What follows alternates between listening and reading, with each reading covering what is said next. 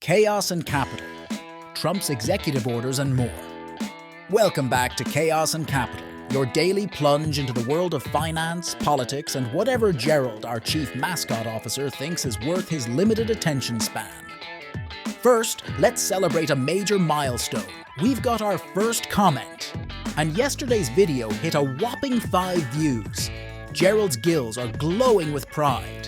If you're new here, hit that subscribe button before he quits his job out of disappointment. Now, on to today's big story. Donald Trump's executive orders, a tidal wave of changes, or as Gerald likes to call it, a bureaucratic blitzkrieg.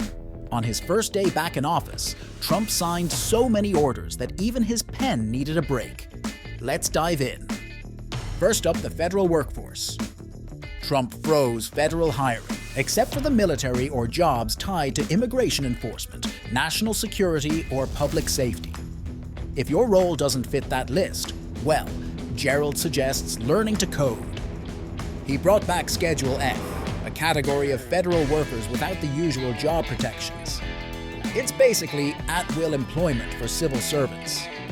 New federal rules? Halted. Trump's appointees want to review them first. Bureaucracy reviewing bureaucracy. Classic. Investigative actions from the Biden administration. Under review, with Trump citing past misconduct. Security clearances for White House staff. Fast-tracked. Traditional vetting? Nah, who needs it? And remote work? Out the window. Federal employees are heading back to the office, whether they like it or not. On immigration and the border, Trump's policies include barring asylum seekers at the southern border, ending birthright citizenship, though no one's sure how he plans to sidestep the 14th Amendment. Court battles incoming. Suspending the refugee admissions program until it aligns with what Trump calls the interests of the United States. Declaring migrant crossings a national emergency to unlock federal funds for border walls. Resuming the Remain in Mexico policy, so asylum seekers have to wait south of the border while their cases are reviewed. Considering whether to designate drug cartels as foreign terrorist organizations. Gerald thinks all of this could make crossing the border harder than winning a Goldfish at the county fair. Next, gender and diversity programs. Diversity, equity, and inclusion initiatives terminated. The federal government now recognizes only 2 sexes, male and female. Protections for transgender people in federal prisons? Removed. On tariffs and trade. Trump ordered agencies to investigate trade deficits, unfair currency practices, and the flow of migrants and drugs from Canada, China, and Mexico. He wants to reassess China's compliance with the 2020 trade deal and the USMCA, which replaced NAFTA. Trump floated the idea of creating an external revenue service to collect tariffs. And there's a call to review the US manufacturing base to see if more tariffs are needed. The markets? Volatile as usual. Gerald, on the other hand, is already panic buying fish flakes. The US is out of the Paris Agreement. Trump declared a national energy emergency to potentially bypass environmental rules. He's reversing Biden's offshore drilling bans and rolling back tailpipe pollution standards. Energy efficiency regulations for dishwashers, shower heads, and gas stoves? Gone. Oil and gas drilling in Alaska is back on the table. Offshore wind farms? No more leasing federal waters for those.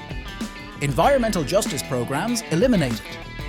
He also ordered a review of regulations that burden the development of coal, oil, natural gas, nuclear power, hydropower, and biofuels.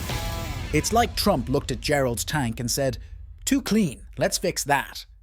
TikTok's fate is back on the table.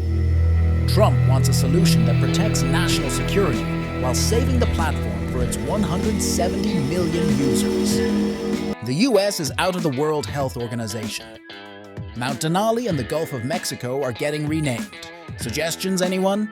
Gerald votes for Fishtopia. States carrying out the death penalty must ensure a sufficient supply of lethal injection drugs. The American flag will fly at full staff on all future inauguration days. Elon Musk is leading a new department of government efficiency. Gerald suggests he start with the DMV.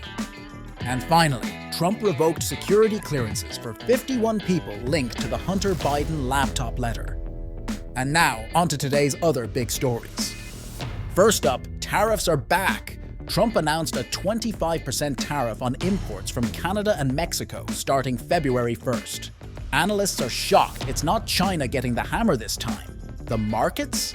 Let's just say they're about as calm as Gerald in a thunderstorm. Chaotic, flopping around, and generally not having a great time. Speaking of chaos, Trump's immigration policies are already sparking debate. Economists are worried that deportations could shrink the workforce, tank GDP, and slow wage growth. Gerald suggests building a workforce of fish, low wages, no benefits required. In tech news, deregulation is the name of the game. Trump's making big moves to clear the way for tech companies, emphasizing innovation and less red tape. Gerald's currently coding his own app. He's calling it FinTech. And finally, the future looks murky for trade relations. With tariffs looming, analysts are bracing for uncertainty, while Trump doubles down on domestic issues over global ones. Gerald says it's like focusing on fixing your leaky fishbowl while the house floods around you. Bold strategy, Cotton. That's a wrap for today. If you enjoyed the show, hit that subscribe button, leave a comment, and share it with a friend who loves chaotic news with a splash of fun. Gerald's counting on you. We've got our sights set on 10 views tomorrow, and you can make it happen. Stay chaotic, stay curious, and remember, when the news gets overwhelming, we'll be here to break it down, one bubble at a time.